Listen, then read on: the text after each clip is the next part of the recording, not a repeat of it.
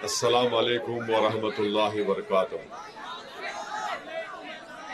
معزز حاضرین اکرام، بزرگان قوم اور ملت، میری عزت دار ماں اور بہنوں، غیور نوجوان ساتھیوں، میں دل کی گہرائیوں سے آپ تمام کا شکریہ ادا کرنے کے لیے آیا ہوں کہ آپ تمام لوگ متحد ہو کر مجلس اتحاد المسلمین کے امیدوار کو آپ نے کامیاب کیا۔